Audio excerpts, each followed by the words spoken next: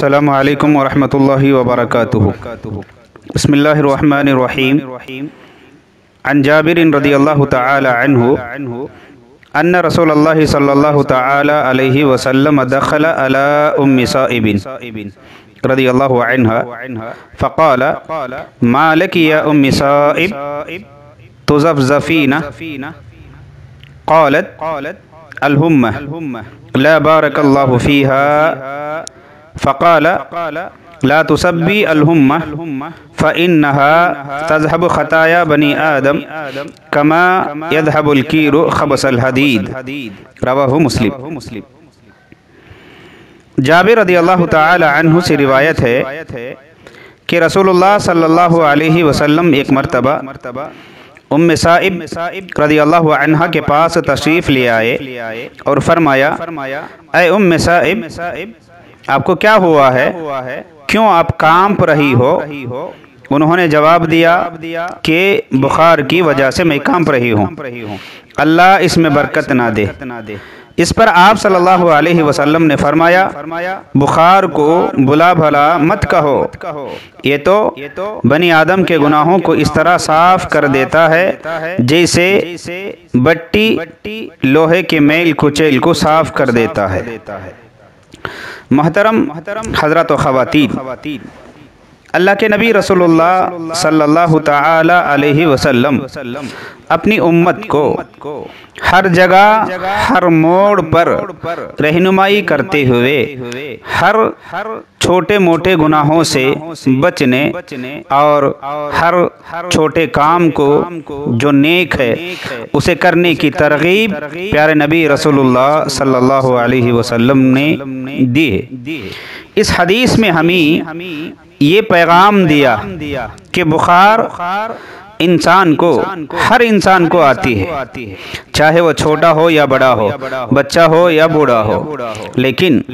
وہ بخار کے زیادہ ہو جانے یا کبھی بڑھ جانے کی وجہ سے عام طور پر لوگ حالت بخار یا حالت بیماری میں بخار کو برا بھلا کہتے ہیں، برداشت سے باہر ہو جاتے ہیں، بہت کچھ کہنے لگتے ہیں۔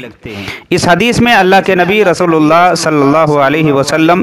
ان تمام افراد کو جو بخار کی وجہ سے تکلیف ہوتی ہے، تکلیف کے اندر مبتلا ہیں، انہیں اس بات کی خوشخبری دی ہے کہ جن انسانوں کو، جن اللہ کے بندوں کو بخار آتا ہے، یہ بخار کی وجہ سے جو تکلیف ہوتی ہے، جو پریشانی ان کو لاحق ہوتی ہے، تو اس پر اگر وہ بندہ اللہ کے لیے صبر کرتا ہے،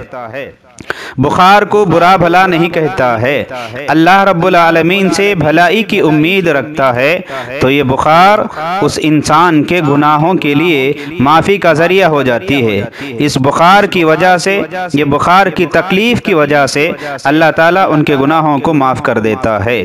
اس میں اللہ کے نبی صلی اللہ علیہ وسلم ام صائب رضی اللہ عنہ کو نصیحت کرتے ہوئے کہا کہ تم بخار کو برا بھلا نہ کہو، کیونکہ بخار بنی آدم یعنی ہم لوگوں کے گناہوں کو مٹھانے کے لیے، گناہوں کو صاف کرنے کے لیے بخار آتی ہے، اسے برا بھلا نہیں کہنا چاہیے۔ عائشہ رضی اللہ عنہا اللہ کے نبی رسول اللہ صلی اللہ علیہ وسلم سے حدیث کو روایت کرتے ہوئے کہتی ہیں اگر کسی مومن بندے کے پیر میں کانٹا بھی اگر چبھ جاتا ہے، وہ بندہ وہاں پر صبر کر لیتا ہے، تو اسے جو تکلیف ہوتی ہے وہ تکلیف کی وجہ سے اللہ تعالیٰ اس کے گناہوں کو معاف فرما دیتا ہے۔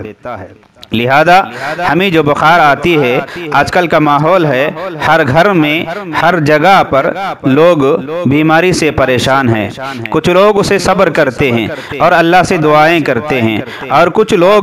بے صبرے ہو کر کے، بے قابو ہو کر کے بخار کو برا بھلا کہتے ہیں۔ اللہ کے نبی صلی اللہ علیہ وسلم نے فرمایا کہ بخار کو برا بھلا نہ کہو، کیونکہ بخار ہر انسان کو، ہر آدمی کو اس کے گناہوں کو مٹھانے کے لیے لیے آتی ہے اس پر صبر کرے اور اللہ کا شکر ادا کرے کہ اللہ تعالیٰ اس بخار سے، یہ چھوٹی تکلیف سے ہمارے گناہوں کو معاف کر دیتا ہے۔ بخار یا کوئی بھی تکلیف انسان کو جو آتی ہے اس پر انسان صبر کرے اور اس کے لیے گناہوں کے معافی کا ذریعہ وہ بن سکتی ہے۔ پیارے نبی صلی اللہ علیہ وسلم نے بخار کو برا بھلا کہنے سے منع کیا، اس لیے کہ بخار اللہ کے جانب سے ہے، بخار کا خالق بھی اللہ تبارک و تعالی ہے۔ بخار کو برا بھلا کہنا اللہ کو برا بھلا کہنے کے برابر ہے، اس لیے بخار کو برا بھلا نہ کہے، اسے نہ کوسے، نہ اسے گالی گلوچ دے، بلکہ صبر کرے